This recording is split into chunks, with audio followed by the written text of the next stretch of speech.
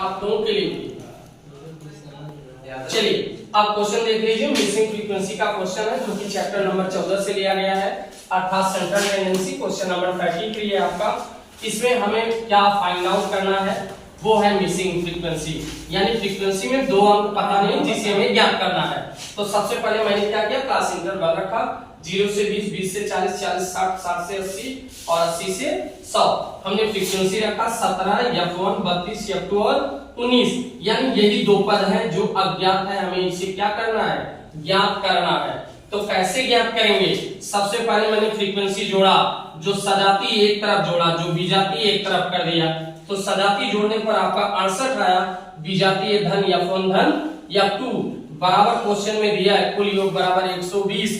अब मैं इसका पक्षांतर कर दिया, F1 धन F2 बराबर 120 माइनस 68, आपका आ गया F1 धन F2 बराबर 52। ये बन गया समीकरण एक। समीकरण एक बनने के बाद हमने क्या किया, MB कैलकुलेट किया। और MB मैं बार बार बता चुका हूँ, ये क्लास इंटरवल से निकलता है। क्लास इंटरवल की छोटी और बड़ी संख्या को जोड़कर 2 से भाग दे देना है। तो 0 और 20 जोड़कर 2 से भाग दिए, 10 आ गया। अब डिफरेंस चेक करेंगे, 20 का डिफरेंस है, आराम से 20 जोड़ते चले गए।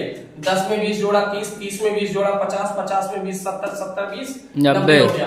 अब F और X का आपस में हमने क्या किया, गुणा किया या मल्टीप्लाई किया। 17 गुणे 10 बराबर 170, F का 30 में 30 F1, 50 का 32 में 1600, 70 का F2 में 70 F2 और 90 का 19 में 1710। हमें जोड़ने के लिए वही प्रोसेस अपना है, सजाती को एक तरफ जोड़ा, विजाती को एक तरफ कर दिया। तो सजाती जोड़ने पर 3480 धन 30 F1 धन 70 F2। अब मैं फार्मूला लगा दिया x बार का, x बार equal to sigma fx upon n। तो सिग्मा fx का योग है 3480 धन 30 F1 धन 70 F2 बटे n दिया गया प्रश्न में, टोटल 120 बराबर 120 कर दिया। अब x बार भी फाइंड आउट है क्वेश्चन में, वो है 50। हमने क्या किया, क्रॉस मल्टीप्लाई किया, यानी तिरछा गुणा। 50 का 120 में गुणा किया 6000 आ गया। एक का गुणा इन सब में किया गया, सेम चीजें आ गई, क्योंकि एक का गुणा करने पर इसके मान में कोई परिवर्तन नहीं होता। हमने क्या किया, पक्षांतर कर दिया। 30 F1 धन 70 F2 बराबर 6000 माइनस 3480। ये निगेटिव कैसे हुआ, क्योंकि इसे हमने बराबर के बाद कर दिया, और जब बराबर के बाद किया तो प्लस से क्या हो गया, माइनस हो गया। अब 6000 में 3480 मैंने घटा दिया, आपका आ गया 2520। 30 F1 धन 70 F2 बराबर 2520 हो गया, जो कि आपका समीकरण नंबर 2 बन गया। अब हमें समीकरण 1 और 2 को समतुल्य करना है। तो समतुल्य करने के लिए चाहे हम F1 का गुणा कर ले, चाहे F2 का, चाहे 30 से गुणा कीजिए, चाहे 70 से। मैंने F1 को समतुल्य किया समीकरण 1 में 30 से गुणा करने पर।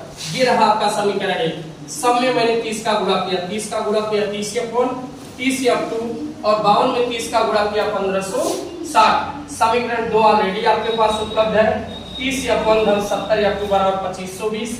मैंने चिन्ह परिवर्तित किया, प्लस है माइनस कर दिया, प्लस है माइनस कर दिया, प्लस है माइनस कर दिया, प्लस माइनस कैंसिल हो गया। अब ये निगेटिव है, ये पॉजिटिव। मैंने -70 में 30 को घटा दिया, मेरा आ गया -40, और -2520 में 1560 घटा दिया, -960। मैंने क्या किया, माइनस माइनस कैंसिल कर दिया। अब आ गया 960, 40 F2 बराबर 960। तो F2 बराबर 960 बटे 40 कर दिए, तो F2 का मान आ गया 14।